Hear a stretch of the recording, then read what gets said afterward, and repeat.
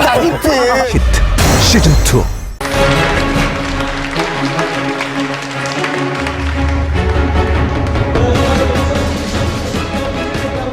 It all comes down to this, match number 5, Deer versus GuMiho, the rematch. We're going to have a best of 3 to decide the second player to get out of Group B. Right now, I mean, based on the performance we've seen from Deer today, looked really good versus Stats even in the winners match. Destroyed GuMiho, I'd say. Most people would argue in that opening match it was not as close as I thought it would be. And also, I mean, GuMiho didn't take it. I was favoring him myself in that opening matchup, as you were. But I think the tables have kind of turned. GuMiho also having some trouble with his multitasking against Bomber. Maybe he was nervous. I'm not really sure what happened there. But, like, Marines were streaming into siege tanks, and it wasn't very good. He didn't look as clean as we thought he was going to be. As I said before the break, it's not really the GuMiho that we saw during some of his other highlight moments of the last month. So he's really going to have to pull himself together for the rematch. I'm sure he downloaded a bit of Deer before from that first match, and that happens sometimes. You know, Zest lost to MC in GSL in the first match they played, the first best of 3, and then he came back and he beat him. He's like, oh, no, I figured you out now, and that definitely could happen here for GuMiho as well. Well, let's look at these maps. New Gettysburg being favored highly here as the priority for Deer. That's going to be the second map. Probably has a good strategy plan there. King Sejong Station will make it into the list this time. Something that Stats was saying he wanted to avoid in this matchup.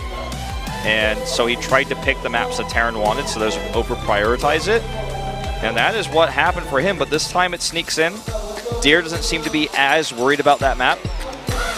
And we will see. This is a very different set of maps than what we saw before. Yeah, you see Deer took that 0-2 loss against Stats in the winners match, so he had an extra series to just sit and wait and even watch the TVT of GuMiho, see what his style is or just where he's at right now. But GuMiho is going to have to play 2 matches straight in a row, whereas Deer has had that time to rest and really think over the matchup, while GuMiho was just thinking about a totally different one. It's very true.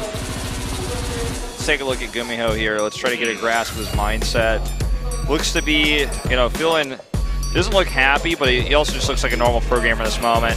Definitely shaking his hand a little bit. You can see talking to himself a little bit, trying to hype himself up.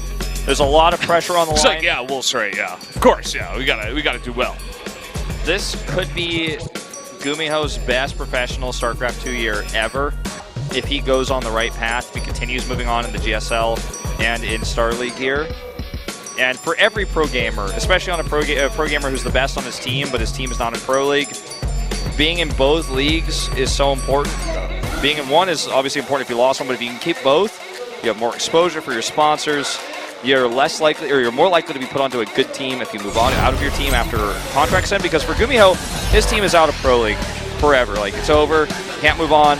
Now, he probably wants to move into a new team. His performance in these leagues might determine which team he's going into for next season.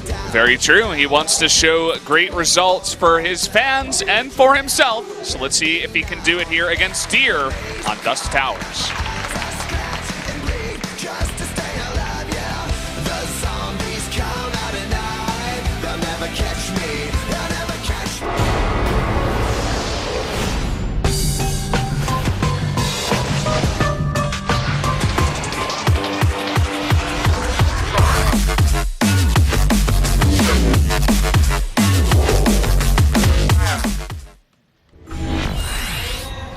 Here we are on Dust Towers.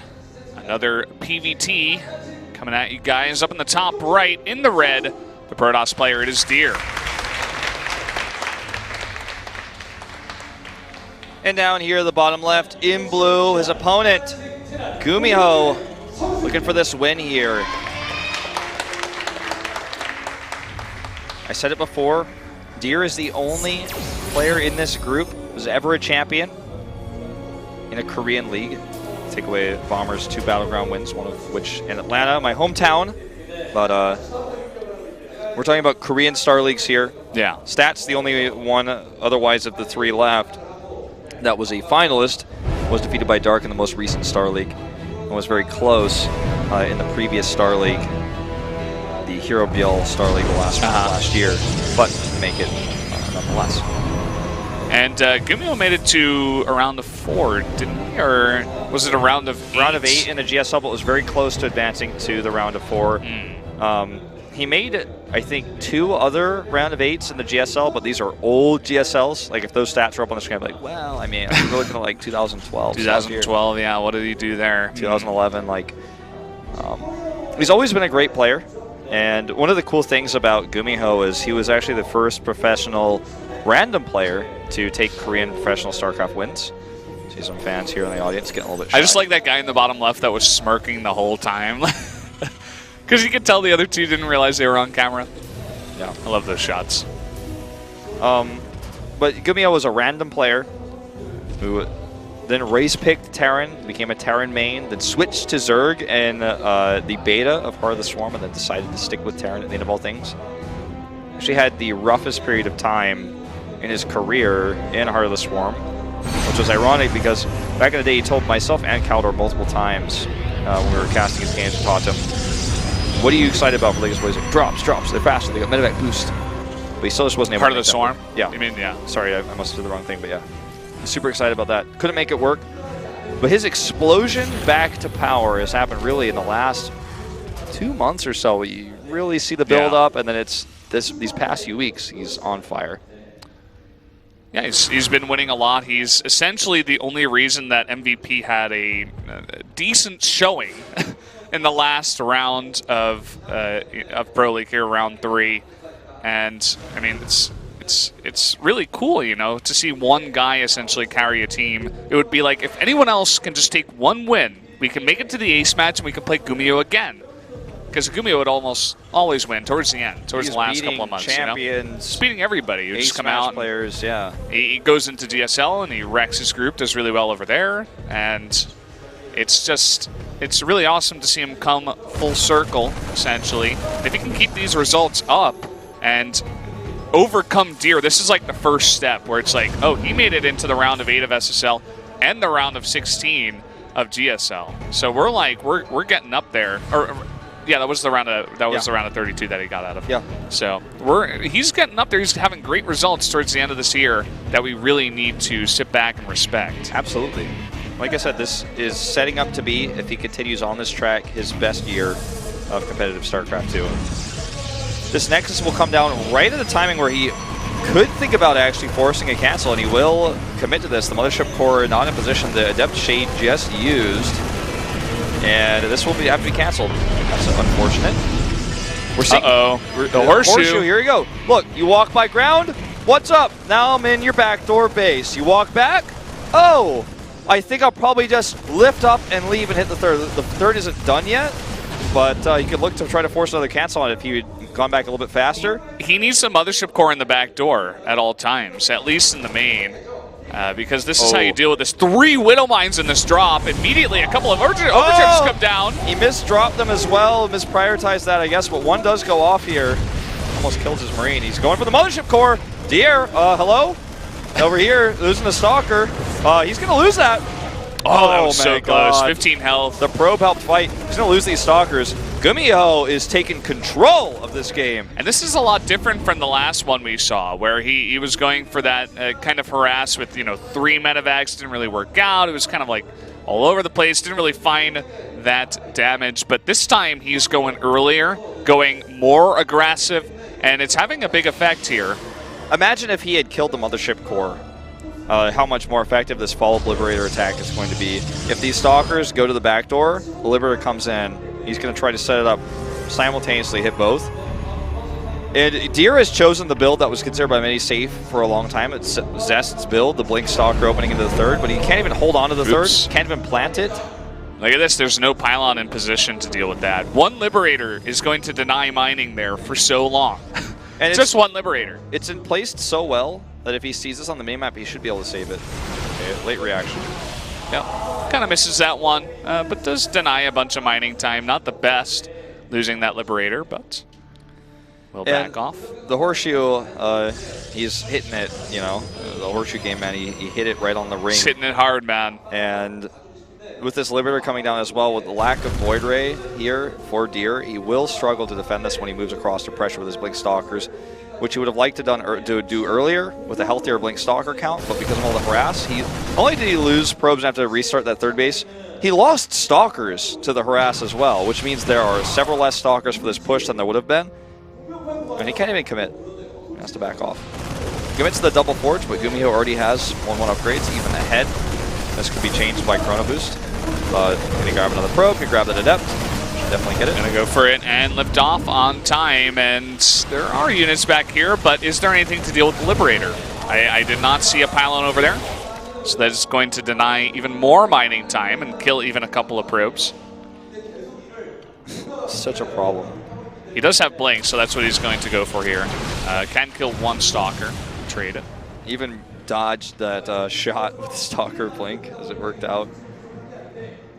This is a frustrating thing for Deer, and this is how Terrans can actually compete with Protoss on this map. The damage is done one way or another. Where the Blink Stalker build was so powerful for so long was because Zest is so good at defending. Zest would not have sustained this much damage if he was in the booth, and he would have an advantage.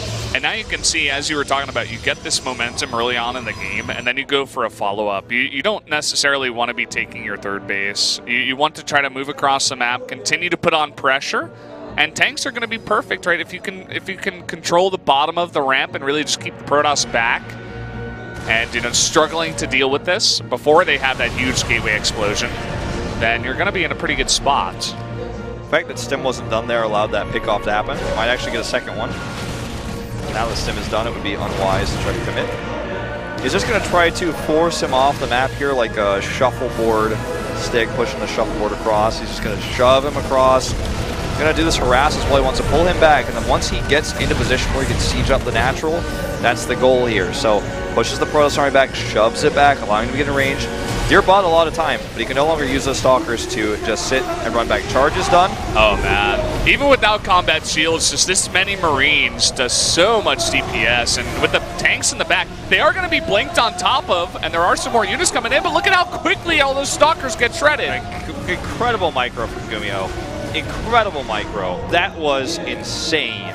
Yeah, the siege tank staggered perfectly to minimize splash damage, also to make sure, to maximize splash damage no matter how far back the Marines had to go. Once one siege tank was dead, the other one was safe, and then hitting those units.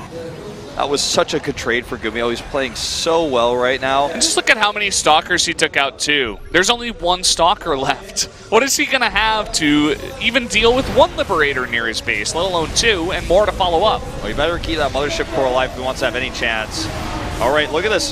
Zealots charging in here again. Great control by GuMiho. Isolating that one Zealot. Looks like the Immortal, though, will get on top of the siege tanks, and that may clean them both up. He targets them down, and that's going to be, for now, the end of this push, but it was such a good trade. Here are the Liberators you were talking about. He lifts up, gets away with this medevac, and he's going to continue the chase. In fact, might even commit to those Immortals. You can actually push these forward.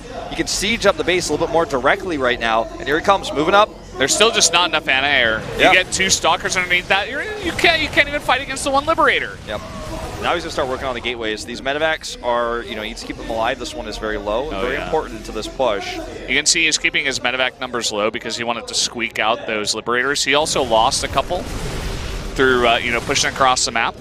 So now he's got an even bigger bio ball, and now the Liberators are in position. One of the hardest parts of this whole push is getting the Liberator in position. I feel like that tank is pretty far forward. If he gets the Archons and the Immortals right on top of that, he could take it out very quickly. Here we go, the blink underneath that Liberator. Liberation Zone active here, going to help against the Zealots. There's a siege tank at the back. The final Liberator does go down, but this is not a good enough trade here for Deer, and GuMiho will win the game off this push. That is simply going to be it. The power of the horseshoe, the power of that harass. GuMiho does it. This is how you have to win versus Protoss on this map, in my opinion. And he did it near perfectly. I mean, he lost some stuff here and there, but really the whole concept of what he was trying to go for really played out in his favor in this game. GG, GuMiho taking game number one, bringing it back into his favor. GuMiho, when he comes, he hits like a train. It's like a tank, I think he even said earlier when he brought that tank across. He knows how to do this tempo-based pressure and turn it into a tug-of-war battle that he eventually wins.